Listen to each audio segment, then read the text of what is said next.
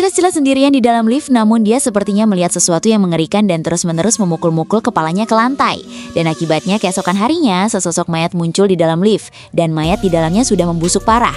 Dan pria itu tidak pernah muncul lagi, dan asisten menemukan data pria tersebut menunjukkan bahwa belakangan ini, dia terus menyelidiki hal-hal yang biasanya di luar kendali. Dan maksudnya bisa melakukan perjalanan menembus lift. Tapi sebagai polisi, Lawang tidak percaya, dan maka malam itu juga dia datang sendirian untuk memeriksa lift.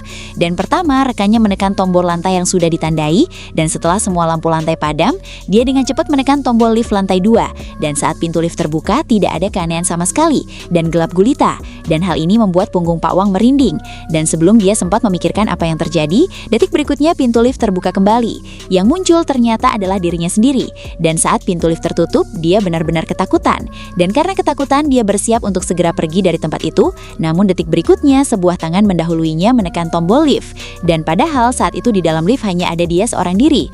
Dan lalu dari mana datangnya tangan itu? Dan saat itu Lawang hanya merasakan keanehan yang luar biasa. Namun ketika pintu lift terbuka, entah sejak kapan seorang wanita sudah berada di dalam lift.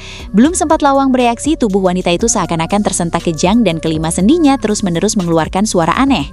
Dan saat mendengar suara itu, Lawang merasakan sakit yang luar biasa di sekujur tubuhnya, memenggak kepala sambil berlutut di lantai memohon ampun. Namun saat wanita itu menoleh, wajahnya sangat menakutkan, karena fitur wajah aslinya sudah terpilin seperti cuka, dan Pak Wang ketakutan sampai mimisan. Lift itu langsung jatuh ke lantai 99, dan Pak Wang pun terbentur ke dinding lift karena terdorong wanita itu. Namun dari rekaman video terlihat seperti dia sendiri yang membenturkan diri ke lift.